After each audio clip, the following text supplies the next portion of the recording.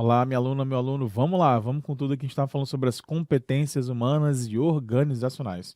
Dando continuidade aqui, vamos falar agora das competências, né, de unidades de negócio, que é um pequeno número de atividades chave, né, entre 3 e 6, esperadas pela organização das unidades de negócio. Então, quais são as competências, né?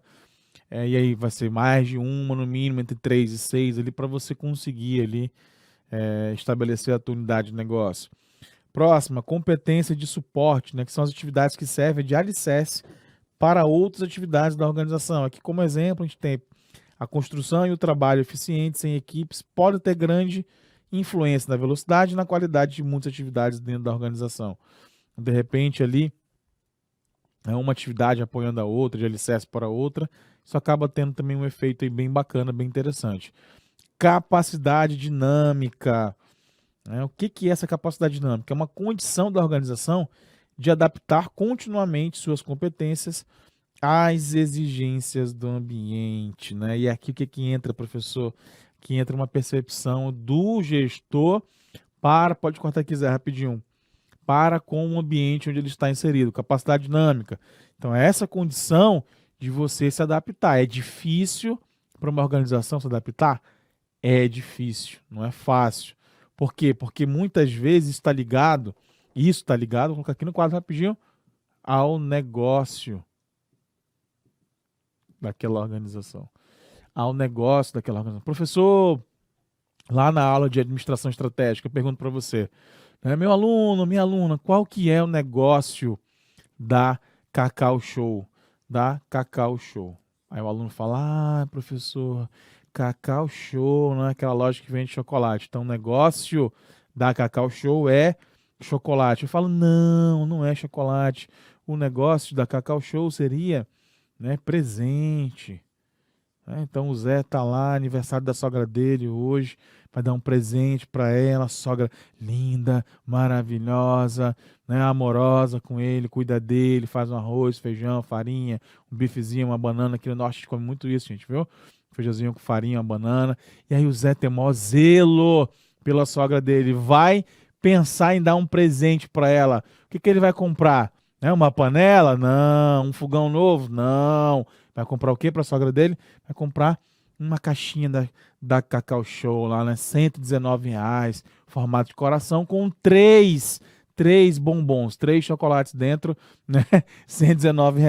Mas, gente, falando aqui em um tom de brincadeira, pra gente rir um pouquinho, mas a ideia é essa mesmo.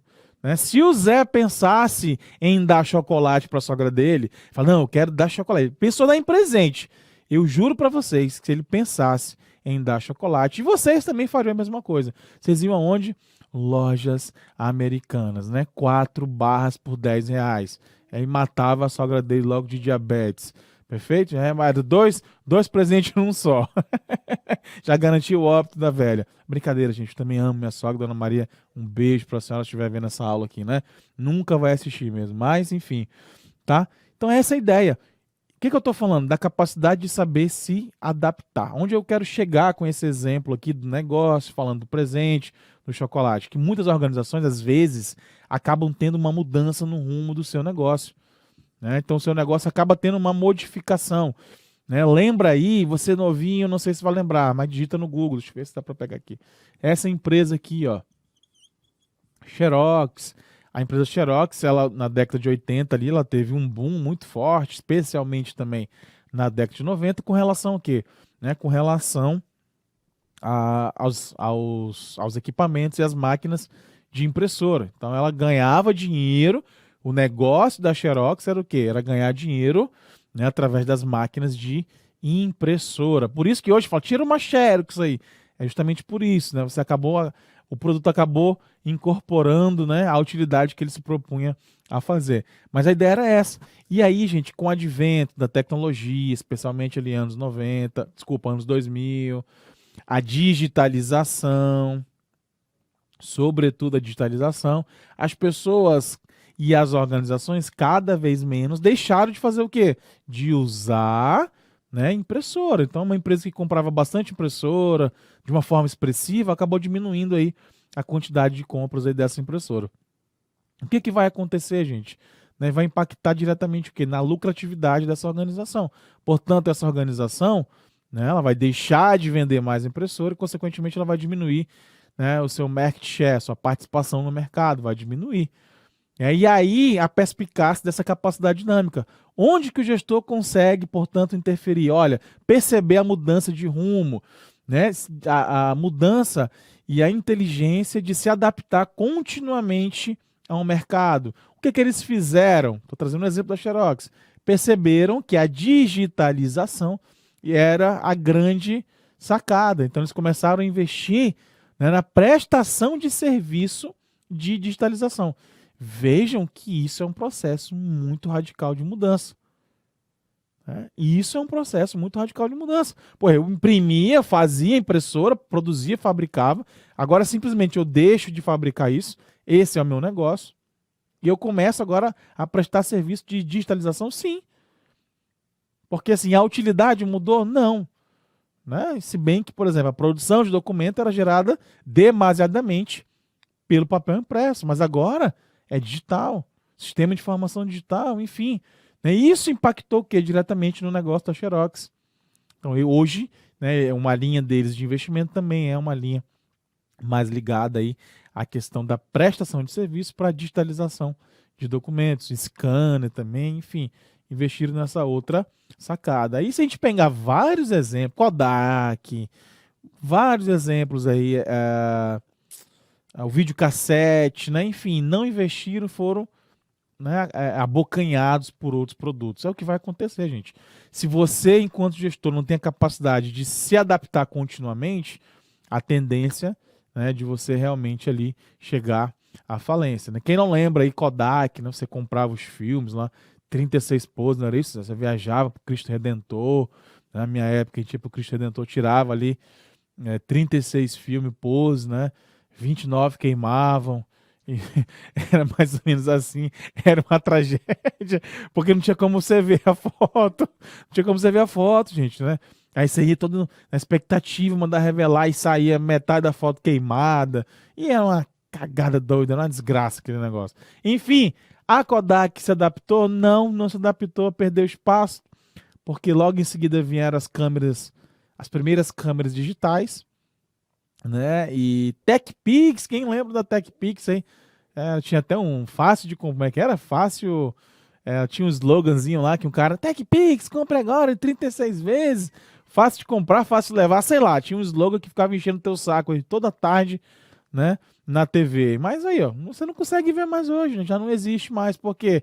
Porque o celular acabou abocanhando. Então, assim, quem não se adapta, meu filho, acaba indo embora. Eu sempre falo isso. Nossa realidade aqui enquanto empresa preparatória de concurso. Se amanhã, né, o processo seletivo, né, de ingresso nas organizações públicas sofrer alguma alteração, como é que a gente vai ficar? A gente vai fechar as portas? Vai falir? Vamos supor que hoje eu sempre jogo essa ideia, né? Sempre jogo essa ideia. Vamos dizer que hoje o acesso ao concurso público é para uma prova, né? Um exame de prova, de título, enfim, ou, né, prova e título, nem eu lembro aqui direito agora, lá na Constituição. Mas é o concurso público, enfim, é isso que eu quero dizer. Faz uma prova lá, quem tira a maior nota dentro das vagas, toma a vaga, beleza. E se amanhã mudar a forma de ingresso, hein, Zé? Se mudar, o que vai acontecer com a minha organização hoje? Com o AEP, os outros cursinhos, enfim, vamos pensar na gente. A forma de ingresso no concurso vai mudar, não vai ser mais prova, vai ser agora dinâmica, teste prático. O que vai acontecer com a gente? Se nós quisermos sobreviver, se manter no mercado, a gente vai ter que se adaptar para essa nova realidade. Bom, então dar aula hoje para concurso, né, não vai dar mais dinheiro, porque ninguém vai comprar, né, cursinho, ninguém vai comprar mais nada disso. Isso aqui vai acabar. Né? O que vai fazer agora são testes psicológicos, práticos. Portanto, se eu quiser sobreviver enquanto AEP, curso agora eu passo, eu vou ter que me adaptar a essa nova realidade. Beleza? Essa é a dica aqui. Falei bastante, dei muito exemplo com relação a um tópico específico que é a capacidade dinâmica, que é uma condição da organização, né, de continuamente aí ela saber se adaptar. Beleza? O aluno sempre fala, professor, Netflix, o Uber, enfim, faz parte, é exemplo também que a gente pode trazer para cá. Ok. Deixa eu apagar aqui.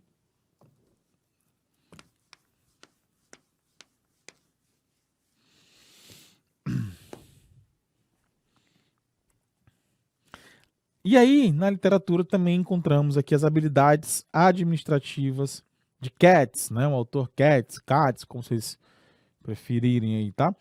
Os administradores utilizam, portanto, diversas habilidades para poder gerir uma organização. Lá durante a década de 70, né, o pesquisador Herbert Katz revelou que os administradores precisam de 3 habilidades essenciais para desempenhar bem o seu papel: habilidades técnicas, habilidades humanas e habilidades conceituais. Beleza? E aí ele vai trazer e vai especificar cada uma dessas habilidades. O que seriam, então, habilidades técnicas? Né? São aquelas que são necessárias para executarmos uma tarefa. Então, algo bem específico, algo bem operacional. Elas estão relacionadas com a capacidade de utilizar uma ferramenta, ter conhecimentos especializados em uma indústria e executar um procedimento, por exemplo. Então, é uma atividade ali muito ligada ao nível. Deixa eu colocar aqui.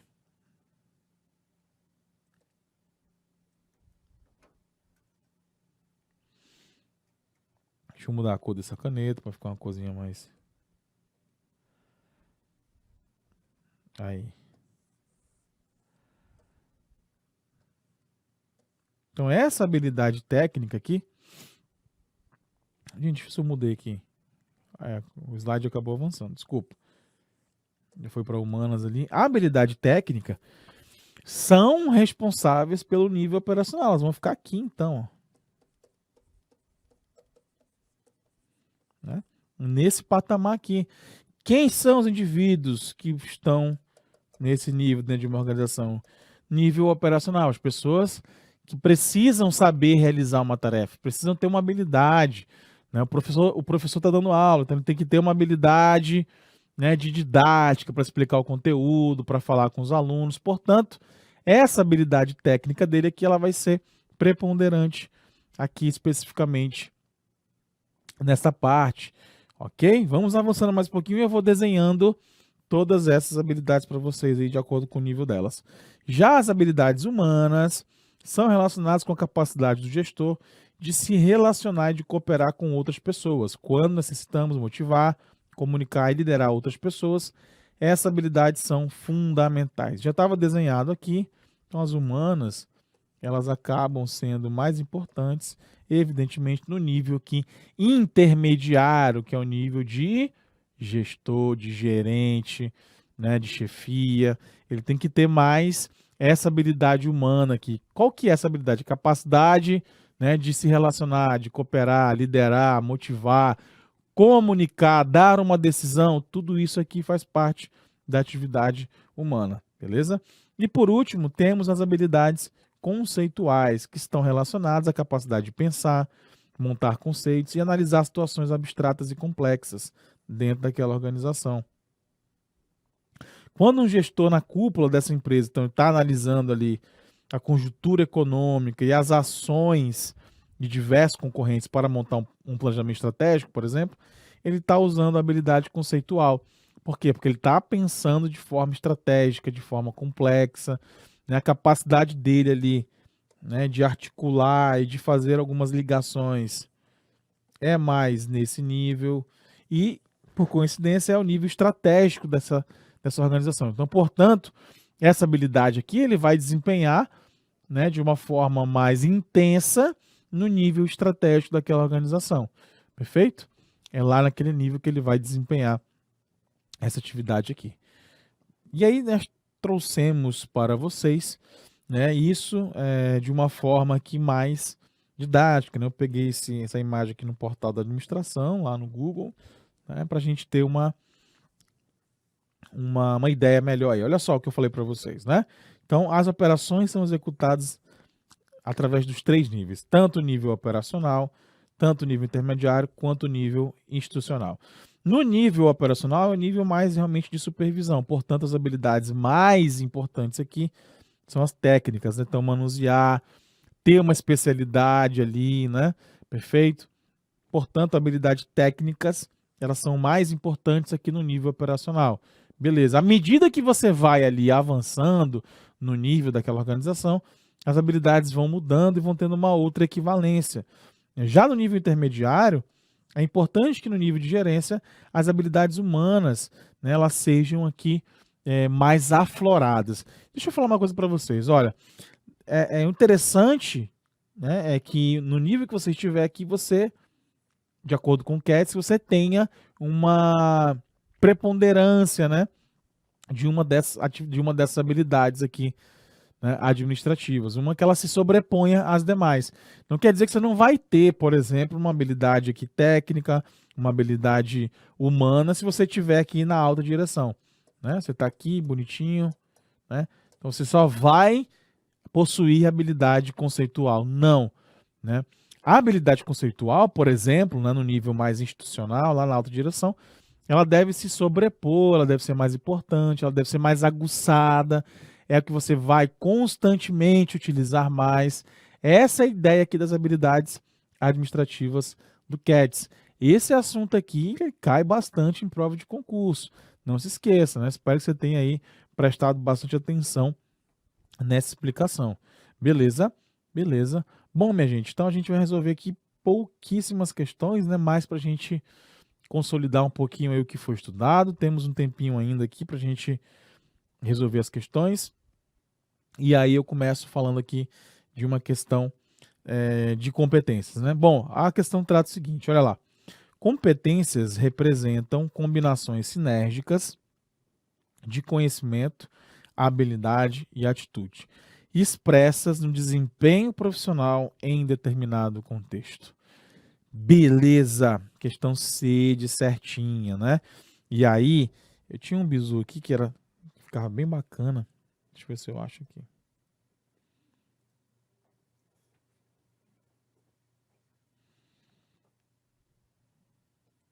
Opa, acho que eu saí aqui sem querer. Aqui nas bolinhas. Tela branca. Vamos lá. Conhecimento. Deixa eu apagar aqui. Vou escrever aqui mais para cá.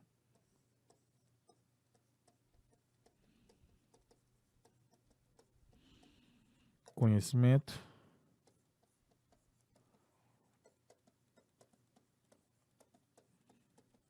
Habilidade e atitude.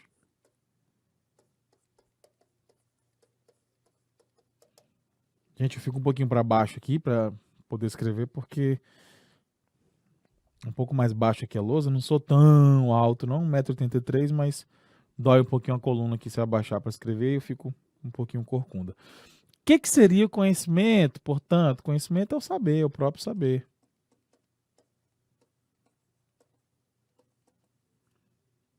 Então, quando você domina o conhecimento, você estudou, né, tem um domínio sobre determinada área, né, o suficiente, pesquisou, trabalhou naquela área, tem experiência suficiente, você tem um conhecimento sobre aquilo ali, que é o saber, beleza?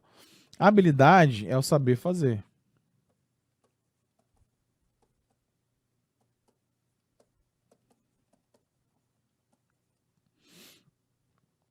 Então, você tem um conhecimento, por exemplo, ali sobre...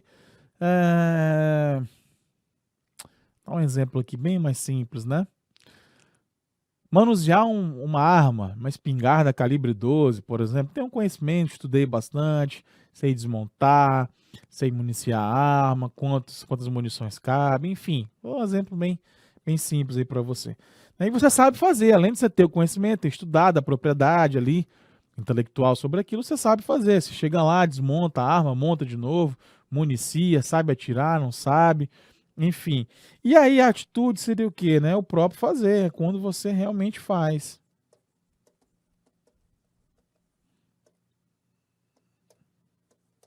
Com uma exclamação. É o fazer. Então a atitude é quando você definitivamente faz alguma coisa. Você tem ali aquela propriedade para você fazer, para você realizar aquilo que você se propôs a fazer. Perfeito. Conhecimento. Deixa eu colocar aqui. Vou marcar texto para a gente ficar bem bonitinho. Conhecimento. Habilidade e atitude. Né? Beleza? Conhecimento é o saber. Habilidade, saber fazer, e atitude é literalmente quando você faz aquilo que você se propôs. Beleza? Então a questão está certinha, está correta. Competências representam combinações cinéticas de conhecimento, habilidades e atitudes expressas no desempenho profissional em determinado contexto. Certinho. Próxima questão é uma questão já objetiva, né? Eu acho que eu acabei ali repetindo, gente, tá? A C e a D, me desculpe, mas enfim, é uma questão só. Ela ficou errada aqui, agora que eu vi, Zé, tá? Ela tá B, C, D, aí no outro slide eu coloquei C, D e E.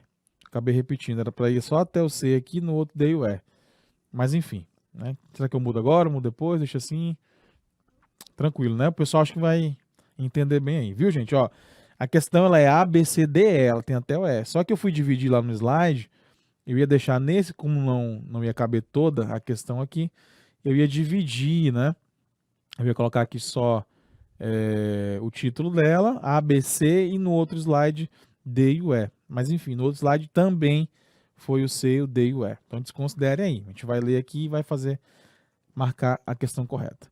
A administração de recursos humanos, conhecida pela sigla RH, é uma associação de habilidades e metodologias, políticas, técnicas e práticas, definidas com o objetivo de administrar os comportamentos internos e potencializar o capital humano que tem por finalidade.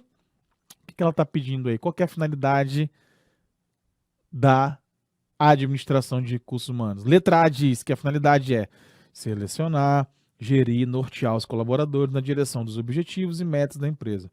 Parece aceitável. Próxima. B. Administrar, conduzir e designar os funcionários internamente conforme seu próprio critério. Suspeita. C. Promover ou dispensar todos os profissionais atuantes de acordo com seu desempenho. Promover ou dispensar todos os profissionais atuantes? Como é que você vai dispensar quem é atuante, né? Pelo amor de Deus. Aqui a gente já sabe que já pode marcar um X. D. Acolher, desenvolver e premiar os colaboradores das áreas mais eficazes. Aí é aquilo que eu falei. Está cortada a questão. Eu vou mudar o slide e vai repetir no slide a C. Beleza? Mas vocês desconsiderem. Vai ter aluno que vai reclamar. Ai, meu Deus. Estou te explicando, estou trazendo tudo mastigado. Mas vamos lá. Acolher, desenvolver e premiar os colaboradores das áreas mais eficazes. Continuando, a D, ó, e profícuas da empresa, né? Pelo amor de Deus, gente, gabarito aqui, questão é errada também, a letra D. A C a gente já viu lá, tá errada, né? Repetiu. Letra E, treinar, habilitar e conduzir os profissionais que considerar merecedores de desenvolvimento, né? Isso aqui é algo que pode acontecer, mas não é o recomendável. E a administração de recursos humanos, de uma forma correta, ela deve selecionar, gabarito correto aqui, letra A, selecionar, gerir, nortear os colaboradores na direção dos objetivos e metas da empresa. Beleza? A ideia é que esse programa de administração de recursos humanos seja realizado para toda a organização. Sem essa de, só vou atingir os mais eficazes. Não, perfeito, né? Não, a ideia não é essa, não. Gabarito letra A. Próxima questão, gente, vamos lá. O setor de gestão de pessoas tem dentre suas prerrogativas e responsabilidades a formação do profissional que a instituição deseja. Seu objetivo principal é, então vamos lá, letra A, focar no desenvolvimento e crescimento da instituição, assim como no do próprio colaborador, visando os resultados esperados. Parece questão com cheiro de gabarito certo. Sempre a minha dica, não te apavora, continua lendo a questão. Boa, vou deixar aqui, né? Parece que tá certo. B. Fornecer subsídios de avaliação e controle das atividades dos seus colaboradores, visando unicamente aos resultados da empresa. Né, gente? É só os resultados da empresa que importam. Na visão contemporânea e moderna da administração de gestão de pessoas, não. Né? Vale também e, sobretudo, a visão dos colaboradores, na preocupação com os colaboradores, não só com a organização. Gabarito, portanto, errado, a letra B. C. Implementar cada vez mais um departamento mecanicista. O que é algo mecanicista, né? Frederico Taylor deve estar aí dando gargalhadas e rindo. Claro que não, gente. Mecanicista aí é muito travoso, né? É uma liderança, é uma chefia, na verdade, aí é muito mais cruel, autocrática, né, ditatorial, então, enfim, né, não é uma visão legal. O mais correto aqui, hoje, numa visão contemporânea, era um departamento cada vez mais orgânico, né, que acaba sendo o oposto aí do mecanicista. Então aqui a gente já sabe que a letra C está errada. A letra D, construir e manter permanentemente um ambiente de competitividade entre seus colaboradores com o intuito de satisfazer os objetivos traçados pela alta cúpula corporativa. A gente sabe também que essa competitividade aqui constante, ela acaba sendo prejudicial, né? Não é legal você entrar em uma organização, atuar em uma instituição onde essa competição ela seja assim, demasiada, né? Seja estimulada. Por quê? Porque acaba aí as pessoas trabalhando num pico de estresse muito alto, um querendo derrubar o outro, puxar o tapete, enfim. Então não é o mais recomendável. Beleza? Então gabarito letra D, também gabarito errado. Próxima alternativa, letra E. Valorizar principalmente os colaboradores diretamente.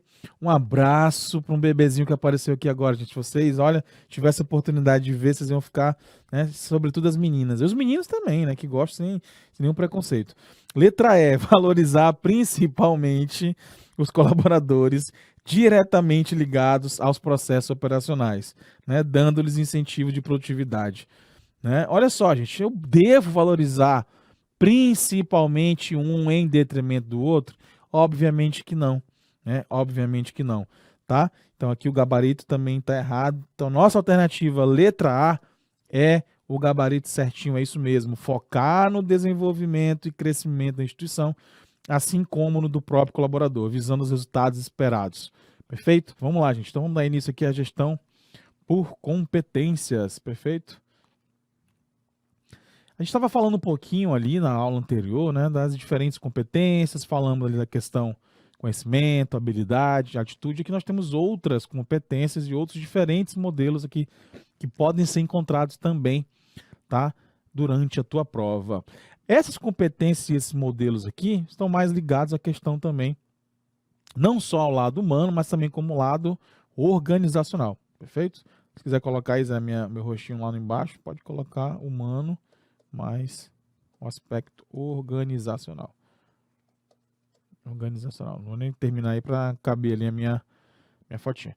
A primeira competência técnica, né, de domínio apenas de especialistas em determinado assunto ou trabalho. Então aqui essa competência ela é bem específica. Você é médico, você tem a técnica de fazer alguma cirurgia. Se você é advogado, você sabe ali instaurar um processo, enfim, né? Perfeito? Aí são as competências desse domínio específico de determinada área. Competências intelectuais são aquelas que são ligadas às aptidões mentais do indivíduo, perfeito? Competências cognitivas, uma mistura da capacidade intelectual com domínio de conhecimento. Então, você consegue aí, de forma cognitiva misturar tanto a parte do seu intelecto quanto a parte do conhecimento, né, que é o saber, quando você tem o domínio do saber. Competências relacionais. Olha, essa daqui é uma das grandes, né, pegadinhas aí das bancas, preste atenção. Competência relacional. O que é isso, galera? É a capacidade que o indivíduo tem de interação, de relacionamento. Então, aquele indivíduo que é bem descolado, se dá bem com todo mundo, fala com todos, enfim, sabe ali, né, transitar nos diversos níveis daquela organização. Então, essa é uma competência hoje, digo para vocês que muito estratégica no âmbito organizacional, perfeito? Então, as bancas também podem trazer isso aí dentro de um contexto, de alguma questão. Então, se for, por exemplo, banca Sebrasp, né, antiga CESP, UNB, gosta muito de contextualizar. Vocês podem ficar espertos aí que essa pode ser um tipo de questão e um conteúdo que esteja inserido aí nessa temática, tá bom? Fique atento e também, consequentemente, pode cair na tua questão da prova, tá? Como sendo uma das competências mais cruciais hoje para o capital humano, para os indivíduos que atuam nas organizações, sejam elas organizações privadas ou então públicas. Próximo aqui, competências sociais e políticas, né, que é essa capacidade de se relacionar e participar também, mas agora com acontecimentos que são sociais. Temos também competências didático-pedagógicas, que são aquelas competências voltadas para a educação, ensino, então o indivíduo que tem ali uma capacidade, uma didática para poder passar determinado assunto, determinado tema. Perfeito. Avançando mais um pouquinho, temos as competências metodológicas, que é essa capacidade que alguns indivíduos têm de aplicar as técnicas e meios de organização de trabalhos e atividades. Metodologia, o que, gente? Algo que foi ali previamente já testado, que foi validado, enfim. Então, é uma metodologia, é um procedimento que garante ali que aquela técnica tem uma eficiência e uma eficácia. Consequentemente, aí você consegue uma produtividade melhor no ambiente da tua empresa, da tua organização. Competência de liderança, outra que também bem interessante, as bancas também gostam de trazer bastante, né? Que é a capacidade que o indivíduo tem de influenciar. O que é ser um líder, né? Quando você aponta o caminho e alguém fala, olha, vamos para lá. Mais do que isso é quando você vai junto, né, com essa tua equipe, né? Mais do que somente apontar e você também ser um líder participativo, né? Estudamos aí no curso de administração geral várias teorias que tratam, né, dos aspectos da liderança. Então fiquem espertos aí para ver como que isso está sendo cobrado também, né? Acabei falando aqui, evidentemente, aí de temáticas ligadas à liderança, mas aqui uma competência de liderança. Alguns indivíduos têm isso. Professor, liderança, você nasce... Ai, a pessoa nasceu líder. Plim. Não, evidentemente, né, que alguns indivíduos eles possuem algumas características que o fazem, né, ter esse destaque para a liderança, digamos assim. Mas muitas teorias, inclusive as mais contemporâneas, né, elas dão a ideia, dão sentido de que realmente o processo de liderança é um processo de aprendizagem. Portanto, eu, o Zé, a Maria, o João, o Nakano, a Prígio, o Renato, enfim, qualquer um aqui do EP pode ter essa competência muito bem exercida e muito bem aí aplicada. Olha só, como a gente falou lá em cima, imagina só, de uma competência metodológica, né? Então eu posso ter muito bem uma competência metodológica baseada, né, numa competência onde ela estimule e ela forneça ali características e condições e técnicas para o indivíduo vir a ter, né, essas características de liderança. Perfeito?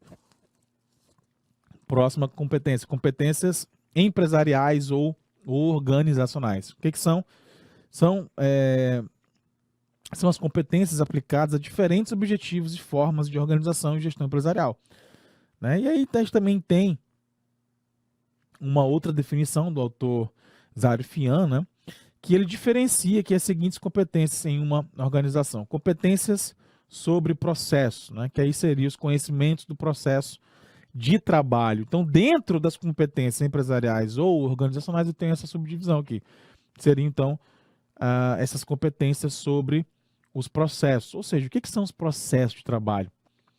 Para pensar um pouquinho, o que é o processo de trabalho? É toda aquela atividade que você desempenha ao longo, né, daquele dia, ao longo daquele tempo, dentro de uma determinada organização, atividade ou uma tarefa.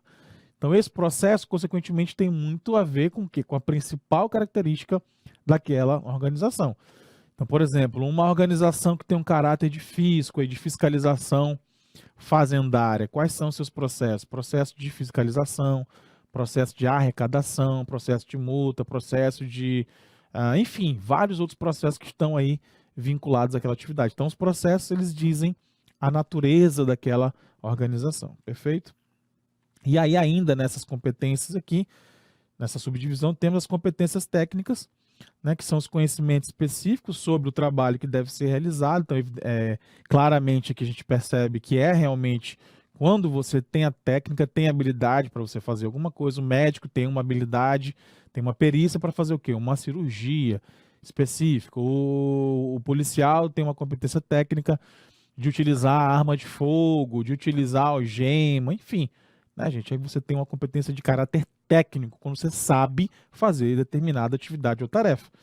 Competência sobre a organização, que é saber organizar os fluxos de trabalho. Olha que coisa interessante, né? Organizar os fluxos de trabalho. Quando eu falo de fluxo, né, alguém pode pensar fluxo sanguíneo, que é o caminho que o sangue passa, né, por todo o nosso corpo. E aqui a gente vê também essa outra expressão, fluxo de trabalho. E muitas organizações têm esse gargalo aqui, gente, não conseguem identificar. Então, quando você entra em uma organização, basicamente você tem aqui um fluxo, né, de diversos processos e um fluxo do trabalho. Qual que é? Como é que flui isso? Isso está em harmonia? Isso está sendo feito de forma eficiente, de forma eficaz? É isso que a gente vai ver hoje também aqui nessa aula, né? A questão de você recrutar pessoas novas, você selecionar pessoas novas para a organização. Você tem diversos olhares, você tem sangue novo. Olha, eu falando de sangue novamente aqui, né? Mas olha só, que coisa interessante, né? Então, uma competência sobre a organização é quando você sabe organizar os fluxos de trabalho. Ok? Então, organizar os fluxos de trabalho, você tem aí um impacto sobre o teu resultado daquela organização. Então, muitas empresas, muitas organizações desconhecem os seus principais processos, os principais fluxos e acabam tendo aí muitas perdas nesse processo. Então, quando você tem essa competência, você consegue organizar. Olha, você tem a visão do todo, a visão holística, e o gestor, ele tem que ter essa capacidade. Quem é gestor, seja ele privado, público, empreendedor, de você enxergar os processos de uma maneira crítica, né? Onde você consiga ver, olha, qual que é meu principal gargalo? Quando você consegue organizar o fluxo, você acaba aí tendo um ganho na tua produtividade, ok? Próxima, competências de serviço. Quando você consegue aliar a competência técnica à pergunta, bom, qual o impacto que esse produto ou serviço terá sobre o consumidor final? Olha que pergunta, né? Até um pouco filosófica. Qual o impacto que esse produto ou serviço terá sobre o consumidor final? Então, quando a empresa Nike ela pensa, né, na produção, na fabricação de um novo produto, ou de um produto que ela já mesmo faz, um tênis, enfim, uma camiseta, será que ela pensa nisso? Né? Qual que é o impacto? Quando a Ferrari faz um carro daquele, né, um carro potente, qual que é o impacto? Né? Para muitas pessoas ali, a Nike pode ser um conforto. O Zé tá falando que para ele que uma Ferrari não é nada, não é uma coisa assim, né? É uma coisa qualquer, uma Ferrari é a mesma coisa que um Ford Ka baratinha, né? E, evidentemente, né? Os dois andam, a pessoa me leva para o mesmo lugar, são carros, só que, né? Um Ford Ka baratinha, não estou desmerecendo quem tem um Ford Ka baratinha, até estava falando com o Zé antes da aula, que foi meu primeiro carro. Não estou desmerecendo. Se pudesse, até hoje, estaria, né, no meu Ford Ka Zetec 2003, motor 1.0. Até hoje estaria nele aqui, mas infelizmente não posso. Mas olha só, falando um pouquinho aí sobre a questão ainda desse conhecimento sobre serviço. O que seria, então, essa capacidade de aliar a competência técnica a essa pergunta do impacto que aquele produto ou aquele serviço causa? Isso é muito importante.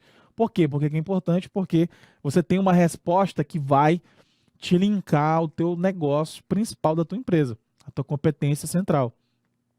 Então, no caso da Ferrari, quando a gente falou, poxa, beleza, né? A Ferrari é um carro que é um produto exclusivo, gente. Falando de forma monetária, não é qualquer um que pode ter um carro daquele. É um carro ali feito sob demanda, sob pedido específico, enfim, tá? Então é um carro exclusivo. A Nike, o que a Nike será que os seus principais executivos pensam? Poxa, né, esse meu produto, essa minha camiseta, essa minha bermuda, meu tênis, qual que é o impacto que vai ter? Vai ter um conforto, vai ter uma segurança. Então, a pessoa com esse meu produto, ela vai desempenhar alguma atividade física e ela, durante aquela atividade física, quer ter um conforto, porque um produto de uma outra marca não causa a mesma sensação. Por isso que algumas pessoas fazem isso. E de uma forma geral, de uma média, os homens são mais fiéis a esses produtos do que as mulheres, né? Porque as mulheres aí, elas têm, né? Nada contra vocês, meninas, não me batam, não me xinguem, não mandem direct me bloqueando, pelo amor de Deus, mas elas têm mais essa capacidade de ter aí, né, 30, 40, 50 sapatos, 30 bolsas. Os homens não, né? Então eu compro o Zé que tá com o tênis que eu tô vendo aqui, é um, eu nem lembro o nome da marca aqui, é do irmão dele. Olha, eu já ia chegar nesse exemplo aí, tá com tênis aqui, eu já ia chegar nesse exemplo. O homem, o que que ele faz, gente? Ó, eu não vou. Se é Diadora, não sei, eu tô tentando identificar aqui a marca do tênis. Se é Diadora, se é Adidas, Diadora. Então, geralmente, o que que eu quero dizer? Né? O cara compra ali Diadora. Meu amigo, ele comprou aquele tênis lá quando tinha 12 anos. Passou pro irmão dele, pro primo. Aquele tênis tá gerações e gerações na família. Que é o caso do Zé, que coincidentemente ele falou isso. É do meu irmão.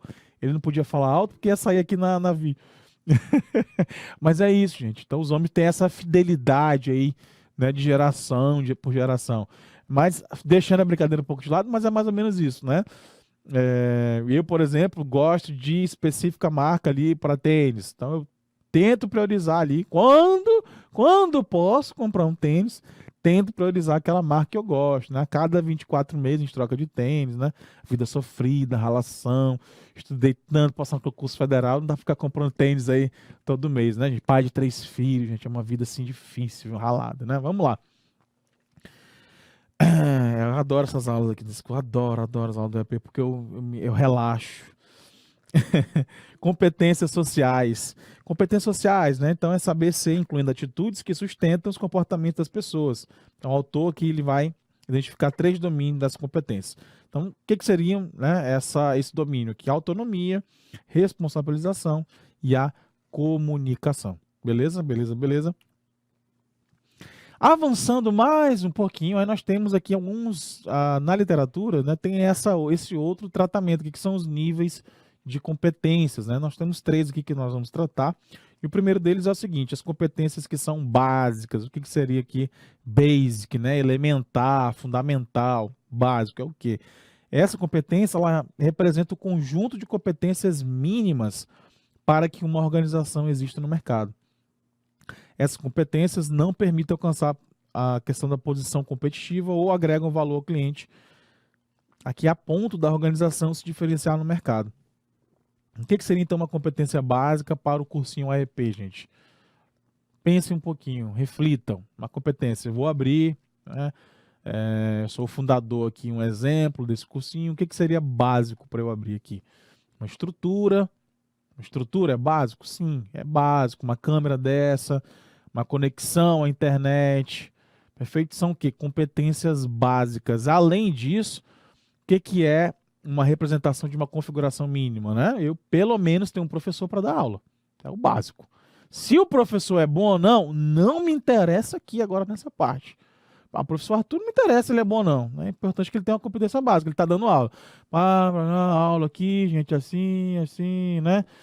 Eu vou falando, aí o aluno vai dormindo, falando baixo, aí o aluno acorda, né? Fala alto, tá vivo, dá exemplo, faz o aluno rir, né? Fala, sai desse WhatsApp, desgraçado. Então isso já é uma competência extrapolada, né?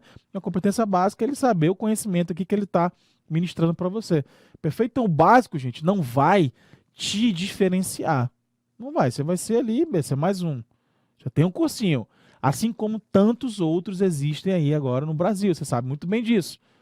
Não vou ficar fazendo jabá aqui dos concorrentes, né? Jamais. Mas você sabe que existem várias outras plataformas que fornecem aí conteúdo para provas e concursos. Perfeito? Beleza. Então, para o exemplo que eu dei para você agora, uma competência básica é essa, né? Ter a questão da instalação dos equipamentos mínimos e ter os professores dando aula. Não importa no básico, né, a questão de agregar o valor ao cliente, não importa.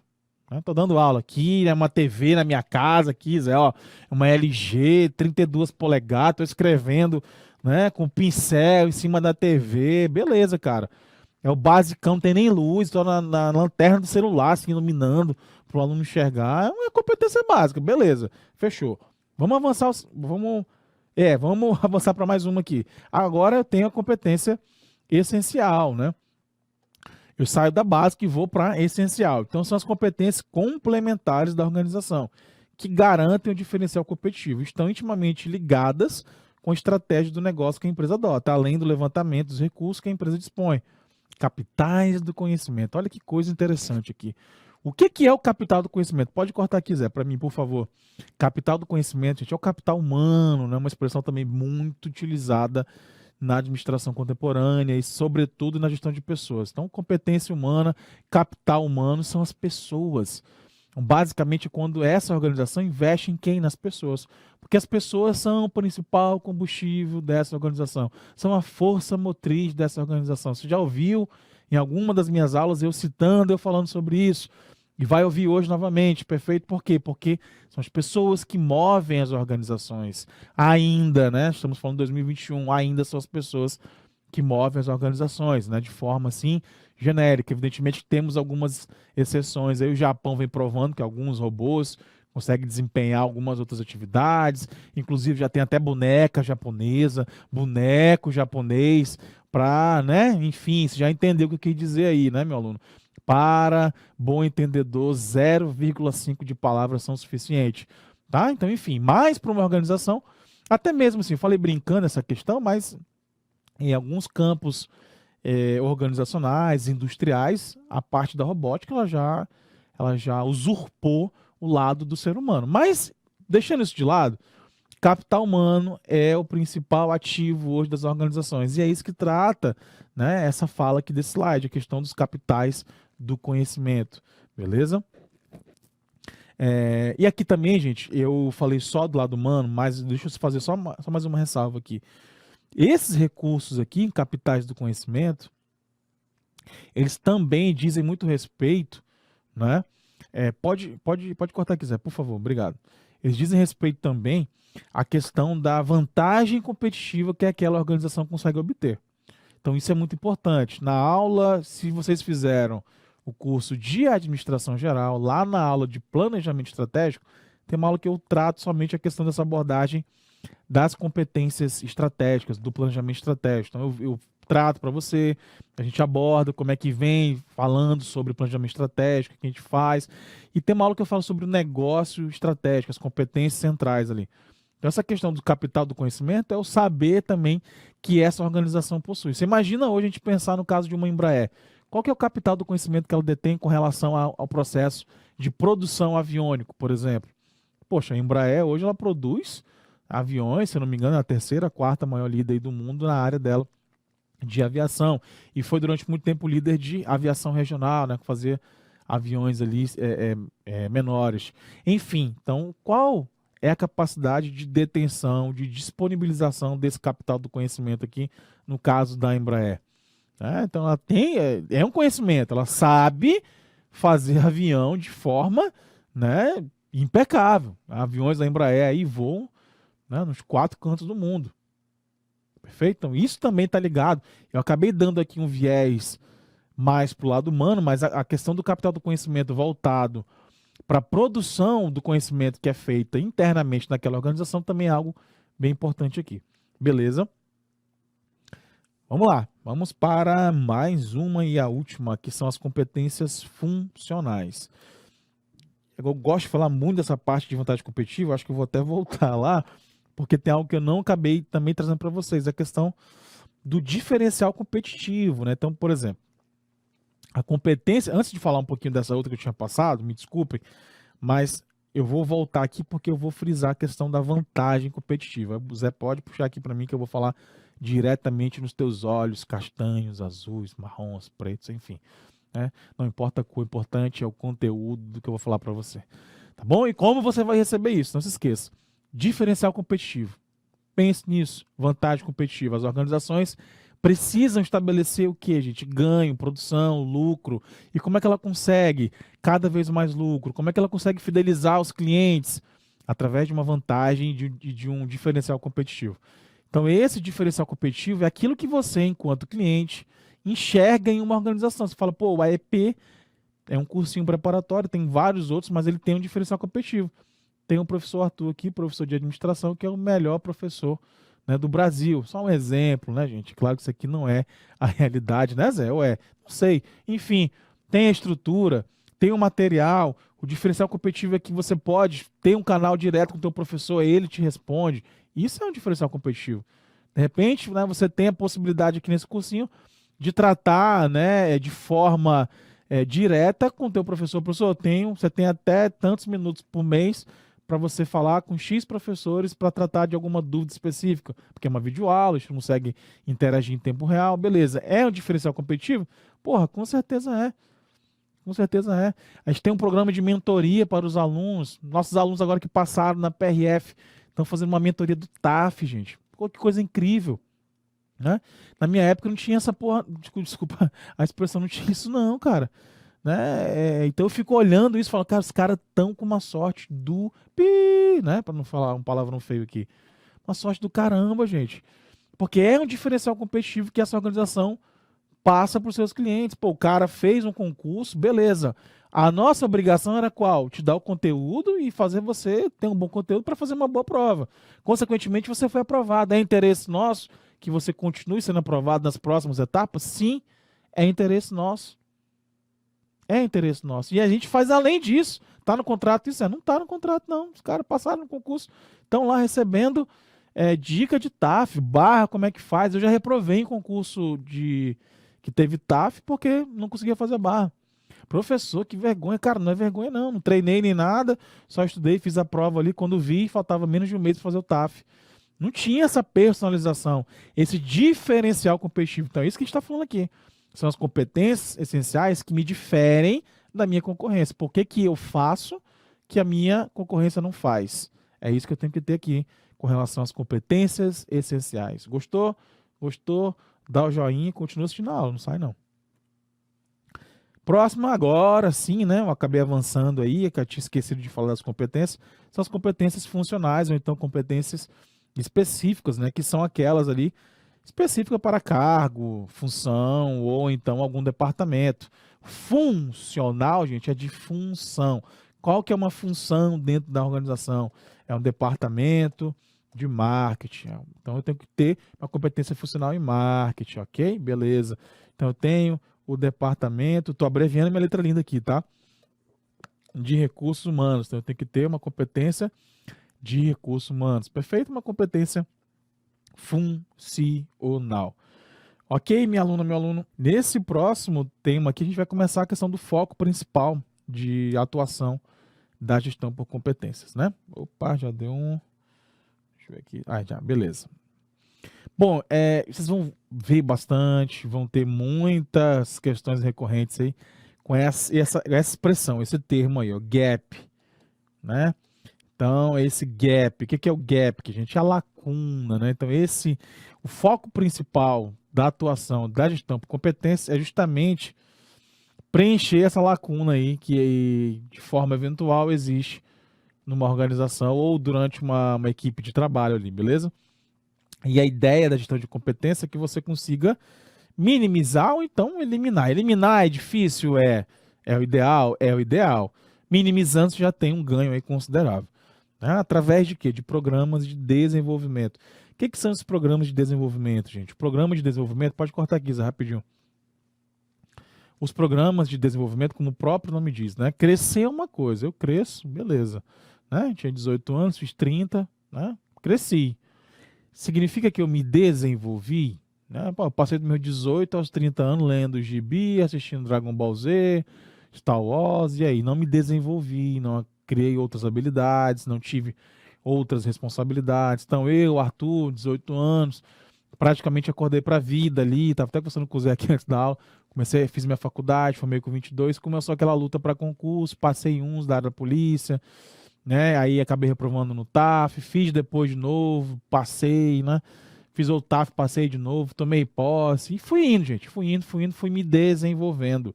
É isso que a gente diz, fui evoluindo, fiz uma graduação, fiz depois uma pós, um mestrado, estou no doutorado, enfim. Então o desenvolvimento. A mesma coisa acontece com o indivíduo dentro de uma organização.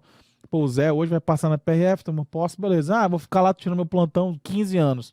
Pô, mas o cara não procurou se desenvolver, né? Se aprimorar, fazer um curso específico sei lá, gente, curso de atirar em cima do helicóptero, capturar indivíduo por drone, enfim.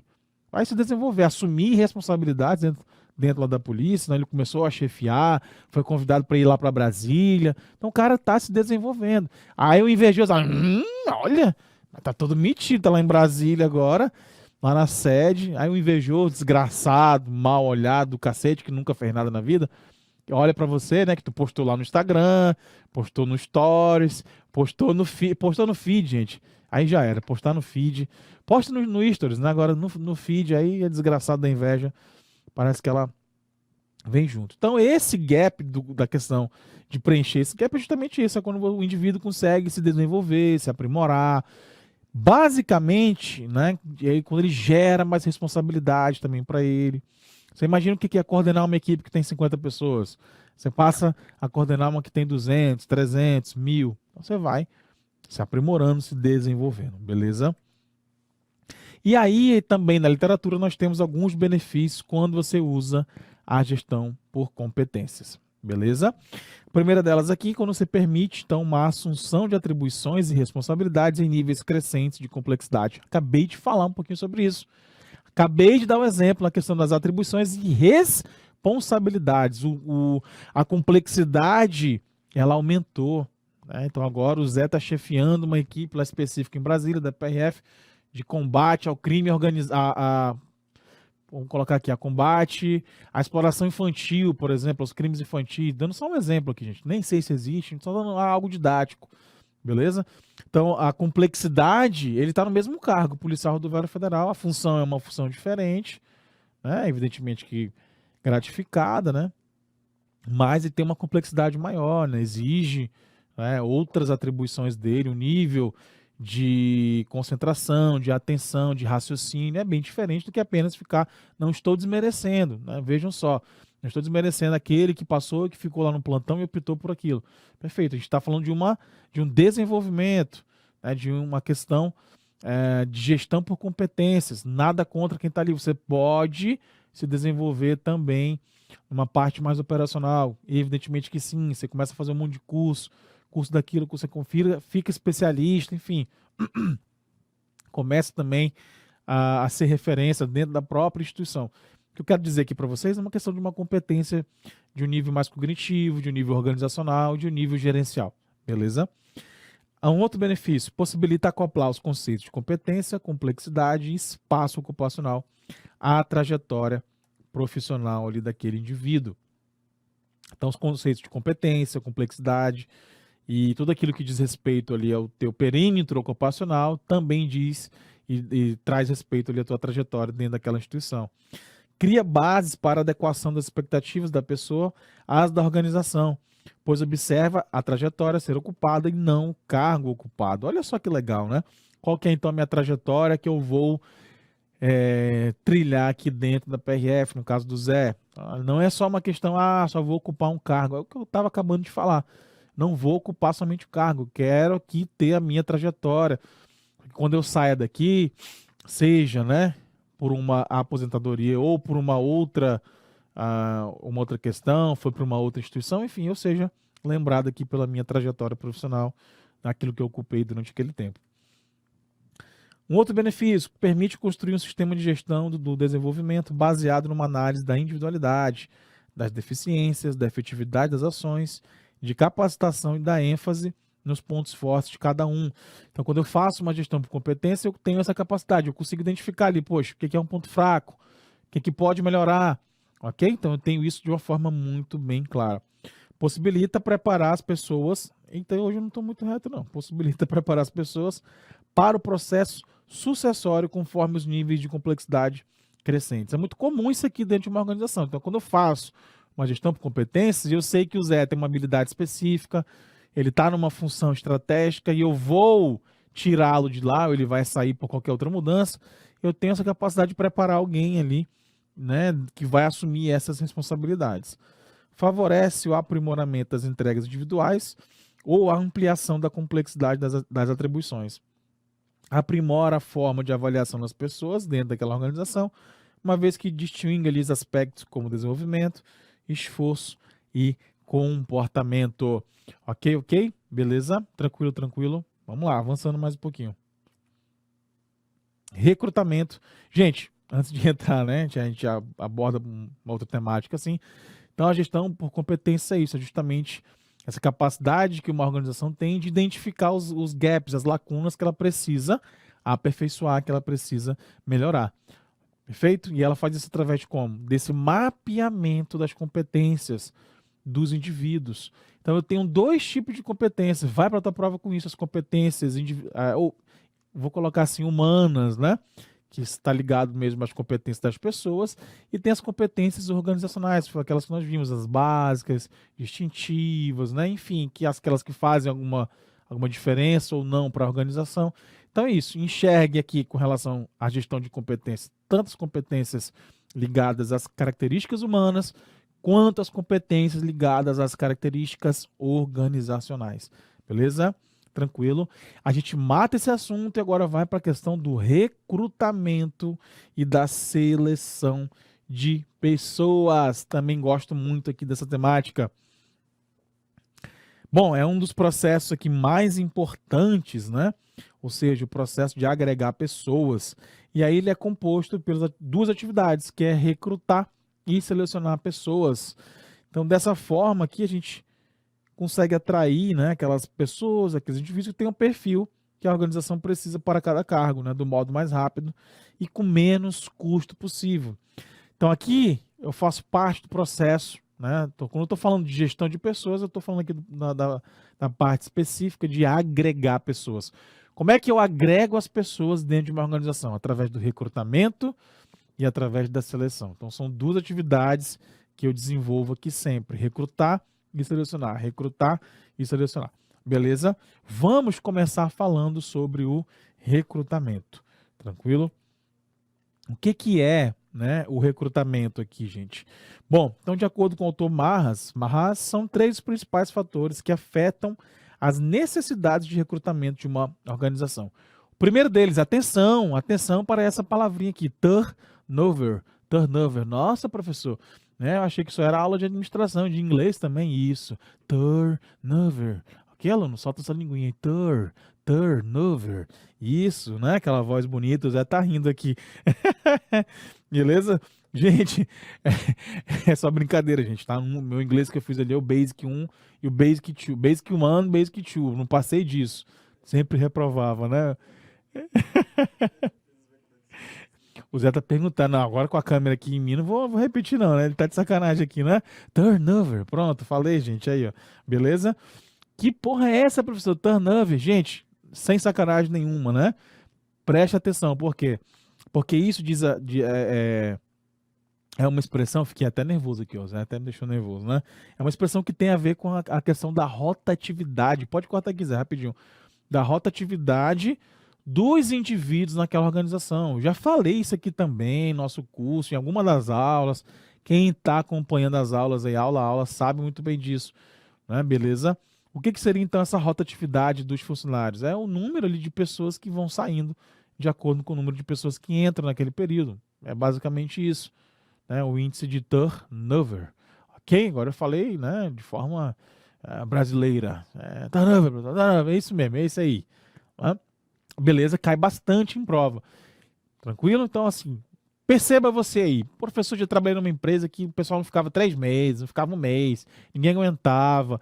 Então, essa alta rotatividade de pessoas é o turnover, né? Ele é um índice ali que ele calcula exatamente isso. Beleza? Isso é bom, isso é ruim para a organização, gente. Isso é péssimo. Isso não é ruim, né? Isso é péssimo, porque o ideal é que uma organização ela tenha as pessoas uma média ali, né? De tempo suficiente para que as pessoas gostem, elas aprendam aquela atividade, aquele trabalho, beleza? Imagina aqui uma organização que as pessoas não fiquem. Então fica ali um mês e meio, 3 meses. Isso é muito ruim porque a organização não consegue funcionar de forma eficiente, não consegue funcionar de forma eficaz. Beleza? Beleza? Beleza? Então tem esse problema aqui, sim, que é o turnover. Preste atenção, que ele vai cair na tua prova. Né? Ele vai cair, escuta o que eu estou te falando, você vai lembrar, né? Deu soletrando para você aqui em inglês, como é que se fala. Beleza? Tranquilo. Então não esqueça disso. Turnover é a rotatividade de funcionário. Professor, você falou isso 1, 2, 3, 4, 5. Porque vai cair. Vai cair, tu vai falar, putz, bem que o professor Arthur falou lá durante a aula dele, no EP, né, que ia cair isso, aí tu fica na dúvida lá. Não sabe. Eu já vi isso aqui. Não sei onde, mas eu sei que eu já vi. Muito comum, aluno preguiçoso, quem está começando a estudar ali, né? Eu já vi em algum lugar, na hora da prova não sabe marcar. Tranquilo? É a rotatividade. Pode ser que a questão cobre algo, mas se isso é prejudicial, sim, é prejudicial. Se o índice for muito alto, é prejudicial. Se o índice for um índice ali baixo, não é. Né? Então imagine aí, né, a sua realidade da tua empresa, da tua organização onde você atua. Né? Você olha, puxa, ninguém fica aqui, né, 3, 4, 5 meses, as pessoas saem, não gostam. Ninguém aprende a atividade. A empresa não consegue andar. Não consegue andar, porque sempre tem que receber alguém para ensinar. Você sabe como é que é. Algumas atividades são difíceis de você conseguir aí aprender e desenvolver. Beleza? Beleza? Então isso aí é uma questão do recrutamento, né, gente? E aí nós temos, dentro do recrutamento aqui, a questão do recrutamento interno, externo, e tem um misto também. Né? Tem um recrutamento misto que faz parte. Primeiramente aqui, nós temos essas duas possibilidades que são essas que eu vou tratar, mas lembrando você aí que além do interno e do externo, tem o recrutamento misto. A literatura não trata assim, de uma forma, né, massiva, assim, algo muito fica batendo, porque é algo assim até meio natural, né? Ou, pô, eu posso recrutar as pessoas de diversas formas. Professor, de uma maneira geral, nós temos duas possibilidades aqui de foco, como eu falei para vocês, o interno e o externo. Quando é que eu faço o recrutamento interno? Quando a empresa ela atrai pessoas que já trabalham na própria empresa. O recrutamento externo é pessoas que não trabalham dentro da empresa. Primeiramente, o que é que eu vou falar de recrutamento? Quando a pessoa vai para o exército lá, tem um recruta, vai se alistar, né? O que é o recruta? O recruta faz parte ainda daquela organização? Ele não faz parte ainda, né? Ele vai... eu não servi, gente, mas não sei como é que é o nome técnico. Zé, me ajuda aí. Ele vai... não é fichar que eles falam, gente. Falhou aqui. Tentei lembrar, mas não consegui. Beleza, o recruta passou o processo ali de recruta, ele vai ser efetivado, não é esse termo que utiliza não, mas é engajado, acho que é esse termo, engajado, lembrei agora, beleza? Ele vai ser engajado. Enquanto ele é recruta, ele não é militar ainda, não tem ali de direito, enfim, beleza, ele está passando por um processo de peneira, né? Tá vendo ali, o exército chamou, recrutou, né? Mil recrutas aqui, 1.000 pessoas, 1.000 jovens. Beleza, recrutou. Daqueles 1.000 ali, né, vão entrar 100. Então, o recrutamento é isso. É quando eu consigo ali, de uma forma geral, abocanhar todo mundo. O que nós estamos falando aqui nesse curso é muito voltado para as empresas privadas. Então, essa parte de gestão de pessoas, gente, dependendo do edital, foque bem nisso. O que a gente está tratando aqui no nosso curso é mais voltado para a área empresarial, para a área privada, perfeito? Tranquilo? Então, olhe bem o teu edital, se ele estiver tratando de assunto de gestão de pessoas no setor público. A gente vai dar uma pincelada aqui na questão do setor público, mas o foco principal dessa disciplina aqui, na literatura, é o foco empresarial, ok? O foco realmente de gestão empresarial. Beleza? Eu ia falar mais uma coisinha aqui que eu já acabei esquecendo, eu tinha que falar para vocês. Coisa de professor que pensa muito rápido. Beleza? Vamos lá. Então, além dessas duas possibilidades, temos também a possibilidade do recrutamento misto, né? Que é quando eu decido aí, então, recrutar das diversas duas formas aí ao mesmo tempo, né? Das diversas maneiras, não. Das duas formas que estão presentes, tanto interno quanto externo. O que eu ia falar era um exemplo, por exemplo, sendo um pouquinho redundante, da questão do serviço público. Mesmo a disciplina tendo aqui um viés empresarial, né, privado, o exemplo do concurso público, né? Quando a banca lança o edital, as pessoas se inscrevem, vão fazer a prova, elas estão sendo selecionadas, elas estão sendo o quê? Recrutadas. Então tem ali 1.000 vagas para a Receita Federal, né? E teve ali 300 mil inscritos. Então ela está no processo de recrutamento, aquela instituição. Mas, professor, o senhor falou que era um caso de empresa privada. Beleza, gente. Está adaptando, trazendo para a nossa realidade. Aí fica dessa maneira, ok?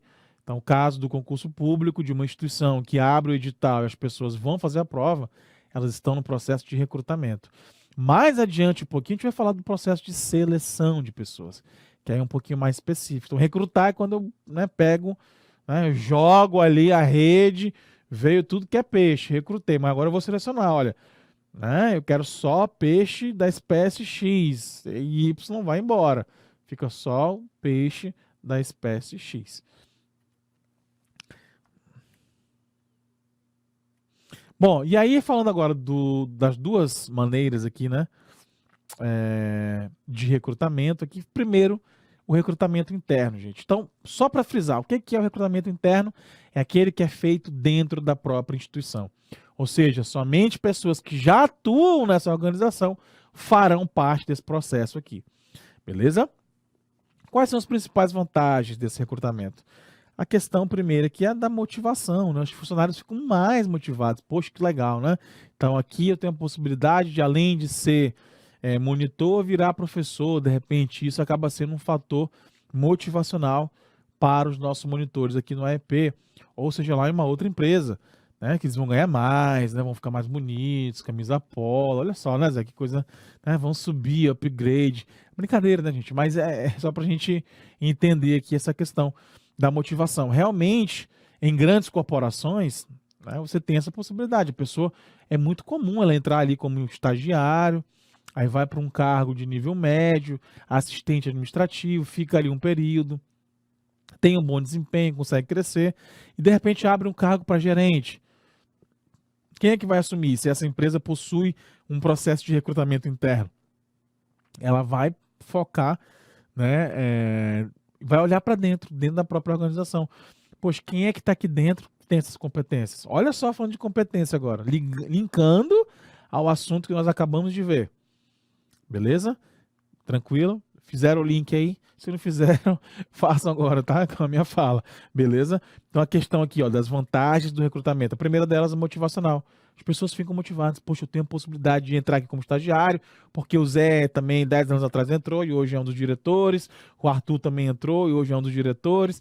Beleza? As pessoas pensam isso, gente. Nas grandes corporações, assim, elas têm essa motivação. Então é uma questão motivacional.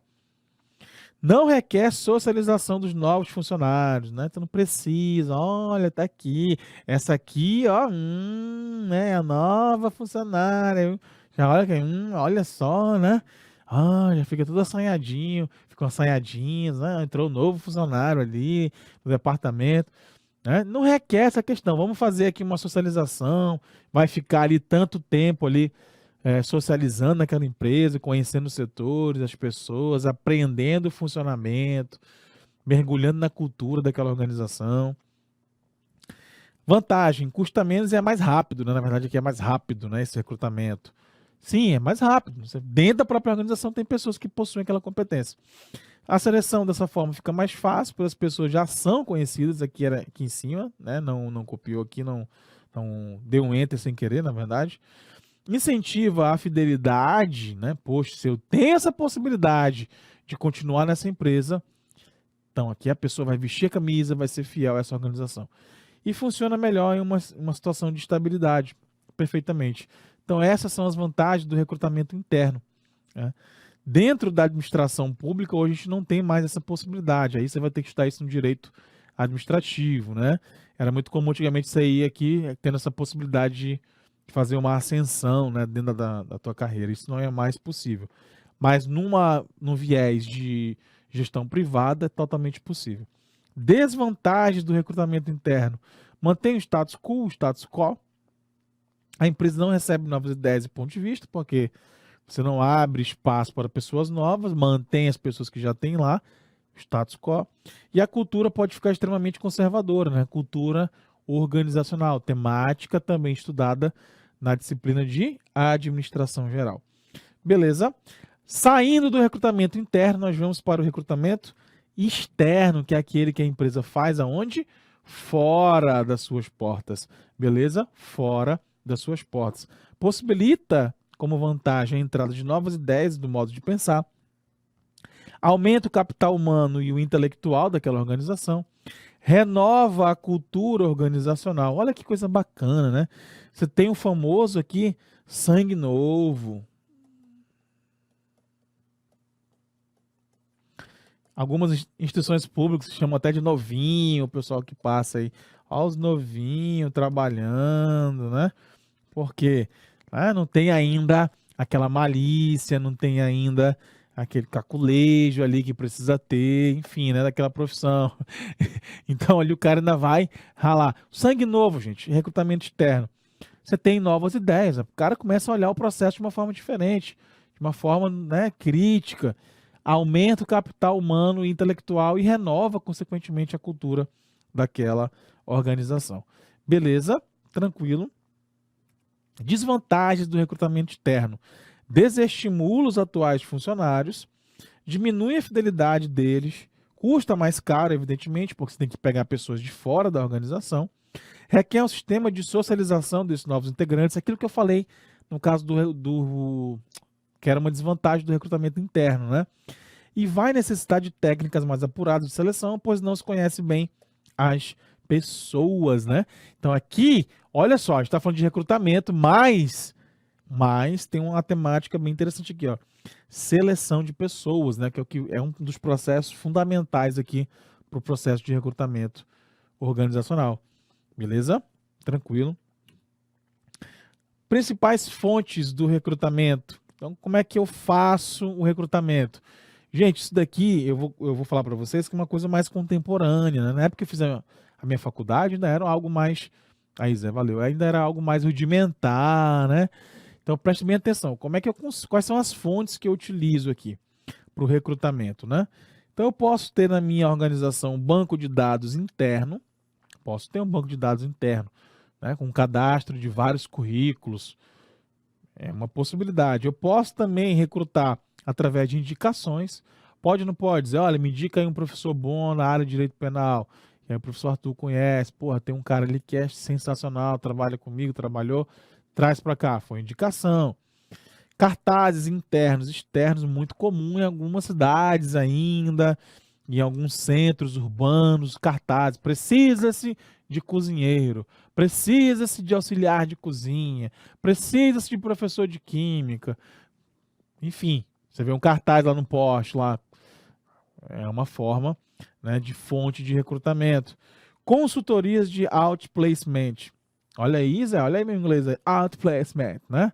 Mais uma vez o inglês, professor Arthur, atacando de horror aqui, né? Me desculpe você aí que é poliglota, que fala muito bem inglês, né? Que é só um professor, mísero professor de administração.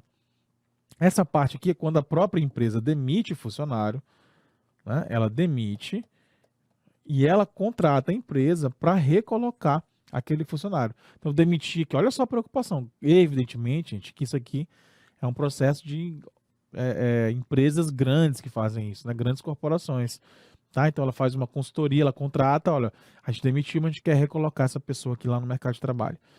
Então, fonte do recrutamento. A agência de emprego também é uma fonte de recrutamento. Existem várias agências governamentais ou não de emprego. O pessoal, vou até fazer um jabá aqui do... acho que eu posso fazer, né, Zé? Do CIE, de colocar aqui, acho que é isso. Na época eu fiz estágio na faculdade. CIE, tem gente que fala CIE, eu falo CIE, meu não aprendi A, E, I, O, U. Eu aprendi A, E, I, O, U. Né? Inclusive, fui alfabetizado lá em Niterói, um abraço para quem é de Niterói aí. Deixa eu lembrar o nome da escola aqui, o Jesus Cristo, Escola Manuel de Abreu, ali atrás do estádio Caio Martins, né? Um abraço para minha professora, lá que eu não lembro o nome dela, mas enfim. A tia Fabiana, acho que era isso, tia Fabiana me alfabetizou com 6 anos. Ela me ensinou A, E, I, O, U. Voltando aqui ao foco da aula, CIE. Então, CIE é uma dessas agências de emprego. Por quê? Porque aqui no caso era de estágio. Eu acho que inclusive a sigla até significa aí, centro, eu não lembro agora, gente, de incentivo ao estudo, emprego, não lembro agora. Enfim, mas quem é estagiário e vida sofrida, né, já buscou ganhar aí uma bolsazinha de estagiário, trabalhar pra caramba, sabe do que eu tô falando. É uma agência de emprego ali. Consultorias de replacement, não sei se assim fala, Zé, me ajuda aí, né, no inglês aí. O que é isso, gente, essa consultoria? A de outplacement, quando a pessoa é demitida. Aqui, quando o próprio indivíduo, né, ele é demitido, então, caso eu fui demitido, e eu, CPF, pessoa física, vou lá tentar uma recolocação no mercado. Então, esse tipo de consultoria faz isso.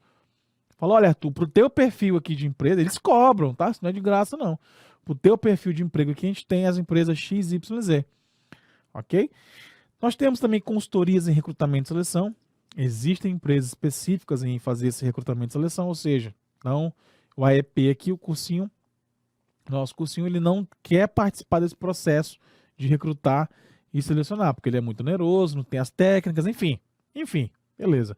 Ele contrata uma consultoria e fala, olha, eu quero um professor de administração assim, um professor AX, Y, Z, beleza? Um assistente de câmera, um assistente administrativo, ele vai falando o perfil que ele quer e as condições. A consultoria que vai fazer todo esse processo de recrutamento e seleção. Headhunters, os caçadores aqui, né? Também. Eles também... aqui, gente, é para alto executivo. Alto executivo.